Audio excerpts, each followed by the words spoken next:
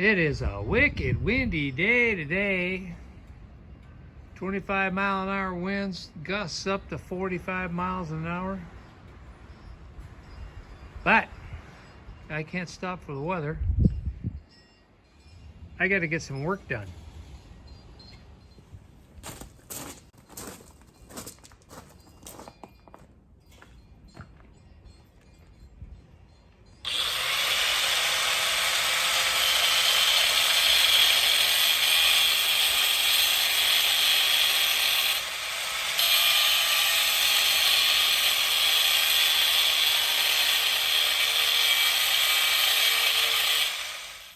So I'm going to make an end cap for this upright that I'm building. I'm going to cap the ends of the pipe so black widow spiders, other critters can't get in there and make nests. Got a piece of scrap 3/16 inch thick steel. The inside diameter of my upright pipe is 2 7/16 of an inch. So I'm just going to make a circle 2.5 inch so it'll sit on top, have a little bit of material to sit on, and so when I cut this out, it'll sit on the pipe, and then I can put a fillet weld around it. So I'm going to take my Scribe. I'm going to come in 2.5 inches this way, scribe a line.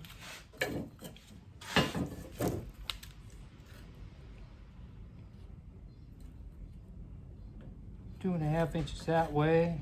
I guess I could line that up a little better.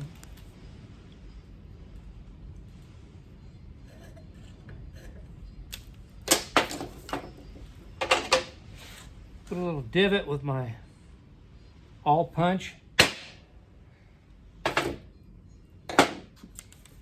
I've already got my dividers set for half of that diameter. I want 2.5 diameter, so these are set for 1.25 inches.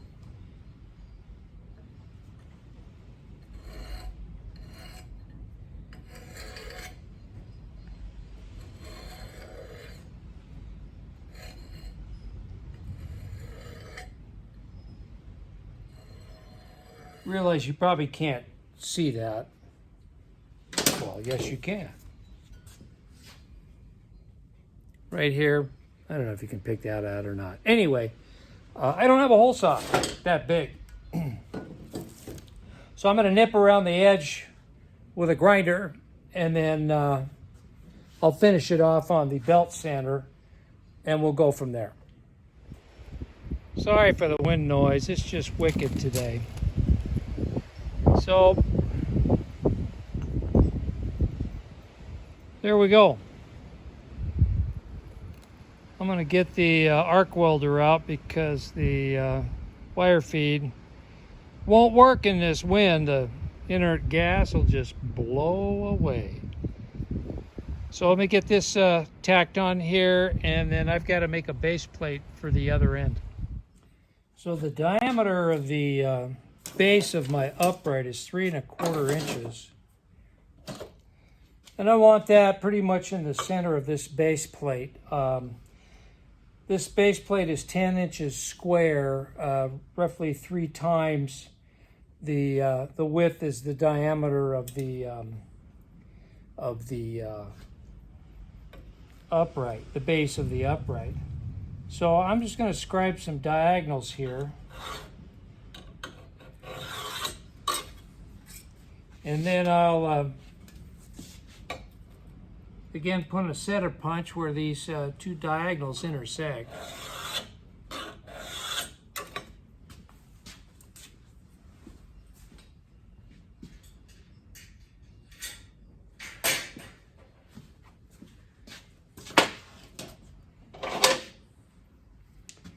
Now this is an awl, it's not a scribe, so you can do light center punching with this.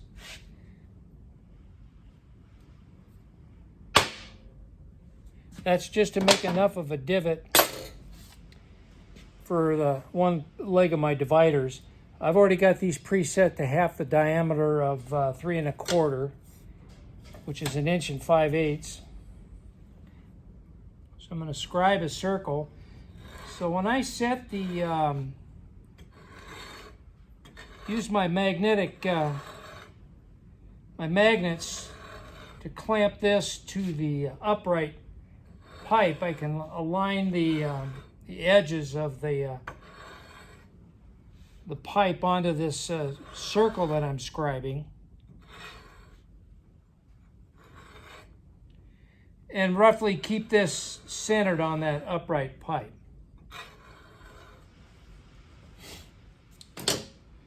So I don't know if any of you know Tractor Man 44, Wendell, very talented sheet metal guy. He's got one of these that he made. I'm going to use this to scribe the corners, because what I'm going to do is I'm going to drill this for my cement anchors that are going to go into the cement. After I weld this onto the upright pipe, then I'm going to anchor it to the cement slab out there with cement anchors, bolt it down, and then add the horizontal purlins, the channel iron you've seen me install in previous videos, and I'll attach that to the to all the uprights on the one leg that I'm working on right now. All this is a scribe. This is 3/4 of an inch, this notch, and you can see it rides right on the edge of the material, and make a nice corner scribe, like so. Now, since I'm going to drill that,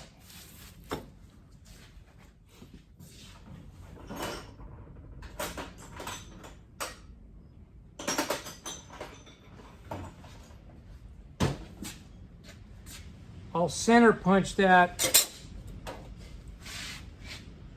with an actual center punch, because I want a little deeper divot so the drill bit has something to center on. I would not do that with my scratch awl.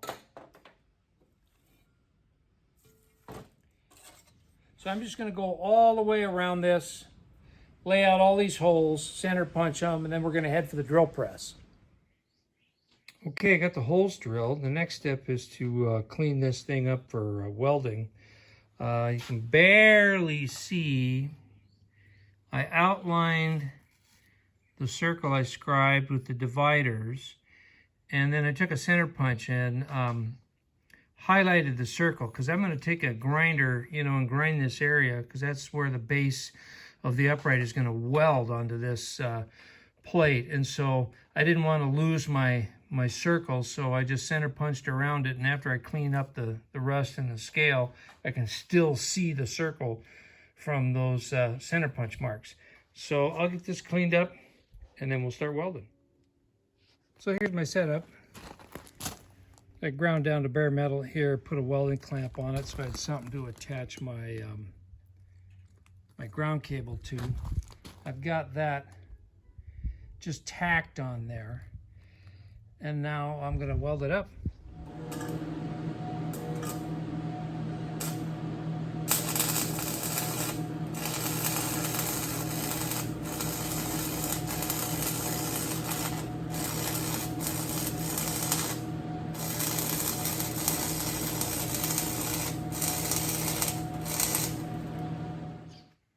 Well, I can Gorilla Glob with the best of them. Not the best looking welds, but for what it is, it'll never be seen, so I'm not going to bother dressing it up.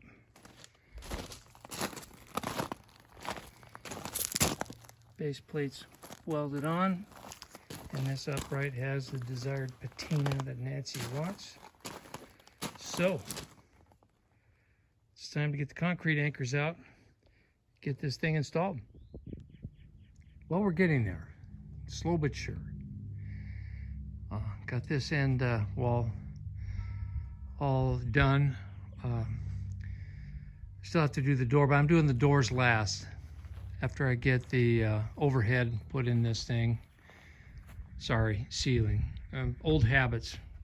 Working in a Navy shipyard, the ceiling on a ship is called the overhead. It's a mess in here.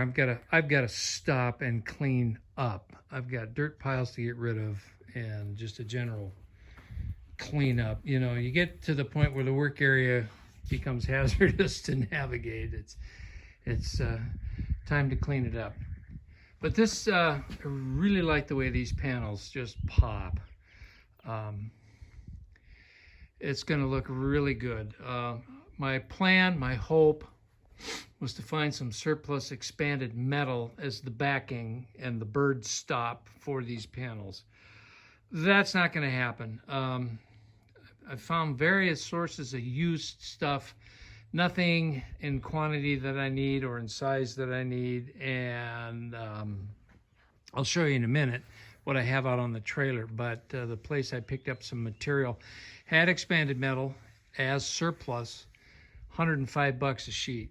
Well, that would put me over $1,000, so that's just not going to happen. Instead, we're going to go ahead and use this 1/2 by 1 woven wire or welded wire fencing material as the backing behind the panels to keep the birds out. As you can see, Nancy's got starts coming up, and this is to keep the birds out of those starts.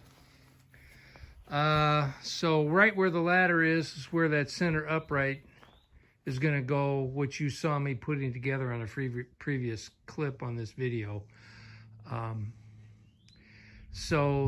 go out to the trailer and I'll show you what I have there. Quick check of the dust gauge. We're empty. For the last 3 days in a row, we have had wicked high winds. Just blowing like a son of a gun. I thought I might lose some trees, but we were fortunate. These are the panels that I bought quite a while ago, and then I went back to that fab shop a couple days ago and picked up some more.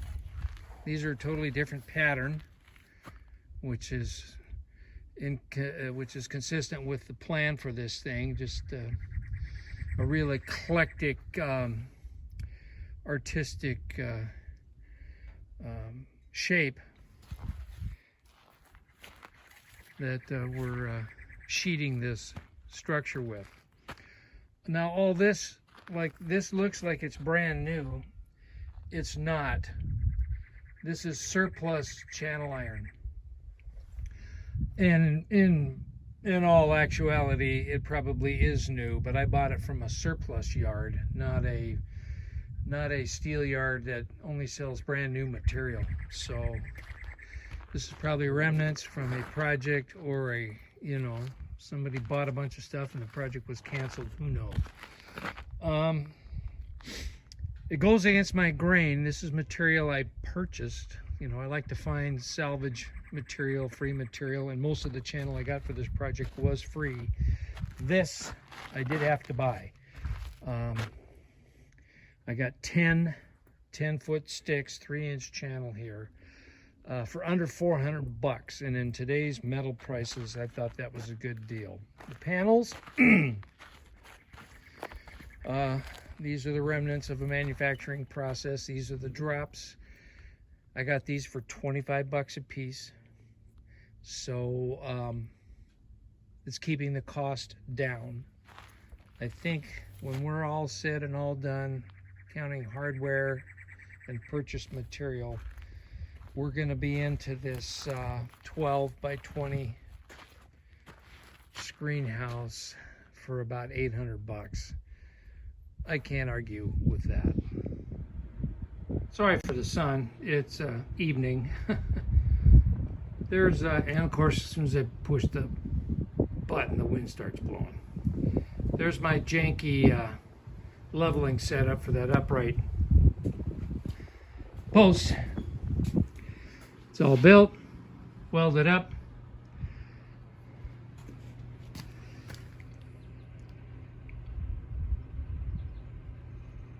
That looks good.